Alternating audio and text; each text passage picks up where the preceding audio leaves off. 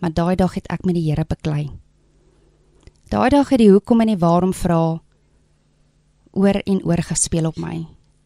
Ek het vir die Here gevra daai dag, hoekom laat hy toe dat hierdie goed met my en met Konrad gebeur het? En soos wat ek met die Here beklei, het ek ook vir hom gevra om asseblief my kind se hulpkrete en die nagmerries wat ek oor en oor beleef van daai dag, asseblief net van my af moet wegneem.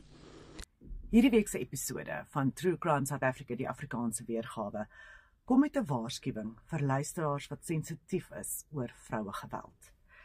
Dit gaan oor die Modimolle monster en wat Johan Kotze in 2012 gedoen het om daai bynaam te kry. Wat daai jaar in 'n dorp in Limpopo gebeur het en die aanval en die marteling wat Ina Bonet deur sy hande oorleef het. Dis ook 'n storie van hoop, want sy kan nou vertel waarvoor vroue op die uitkyk moet wees voordat jy in 'n huwelik ingaan. Gaan luister by jacarandafm.com, by Jackpod of waar jy ook al jou ander gunsteling potgooi reekse kry. Jacaranda FM.